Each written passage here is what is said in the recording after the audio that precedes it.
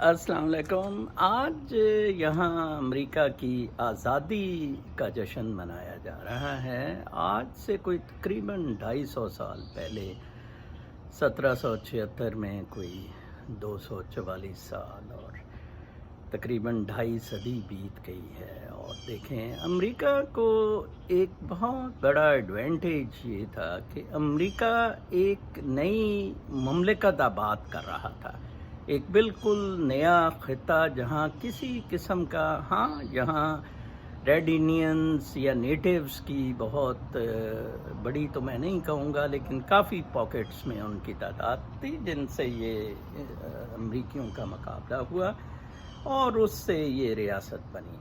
باقی اگر ہم ملکوں کو دیکھیں تو وہاں آزادی کے بعد انہوں نے جو آزادی لی، انہوں نے اپنے کلونیل ماسٹرز سے آزادی لی، اور جو اس کے بعد آئے نواب، ٹوڈی، امیر، اشرافیہ، بدماش، ان ساروں نے اس سے بھی بدتر استحصال اور کنٹرول والا معاملہ کیا۔ بہت دکھ ہوتا ہے۔ میں جب تاریخ میں دیکھتا ہوں تو امریکہ کے علاوہ کینیڈا اور آسٹریلیا میں بھی نئی آبادیاں آباد کی گئیں، لیکن وہاں بھی اتنی آزادی کو اس طرح پنپنے نہیں دیا گیا جس طرح کہ امریکہ میں کیا گیا۔ کمال ہے، میں امریکہ سے اس بات پر بہت زیادہ امپریسڈ ہوں۔ اور آپ دیکھیں کہ یہ 250 سال ان لوگوں نے بہت محنت کی۔ آج بھی انڈیپینڈنس ڈے ہے امریکہ کی تاریخ میں، ایک بہت بڑا دن، لوگ جشن منا رہے ہیں۔ آج بھی میری اہلیہ جہاں جاب کرتی ہیں وہاں کوئی انوینٹری کلوز ہونی تھی تو اس کی رات مڈ نائٹ تک ڈیوٹی ہے جو دوپہر سے شروع ہونی ہے۔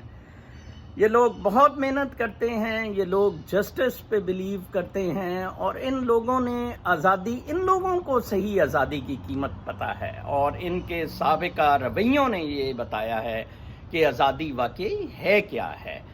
ہمارے کیس میں تو بالکل آزادی تو کیا ہونی، تقلیدی بینڈ باجا ہے۔ مطلب میں یہ تو نہیں کہہ سکتا کہ کلنٹن نے نواز شریف کو بلایا تھا یا نواز شریف خود چلا گیا تھا، لیکن آج سے 21 سال پہلے اسی دن وائٹ ہاؤس آفیشل ایکٹیویٹیز کے لیے بند تھا، تو کلنٹن اسے اپنے چیمبرز میں نواز شریف کو کارگل کا مسئلہ سلجھانے کے لیے ملا تھا۔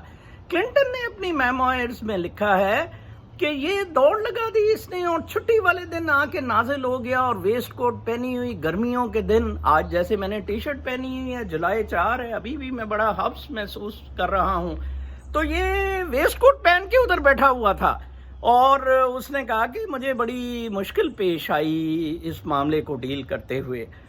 تو آزادی، آج کے میرے دونوں ویلاگ امریکہ کی آزادی کے بارے میں ہوں گے، اور ذرا تھوڑے اس لیے طویل ہو جائیں گے کہ یہ آزادی انہوں نے لی کیسے، یہ کوئی مطلب انہوں نے جدوجہد کی کس چیز کے لیے۔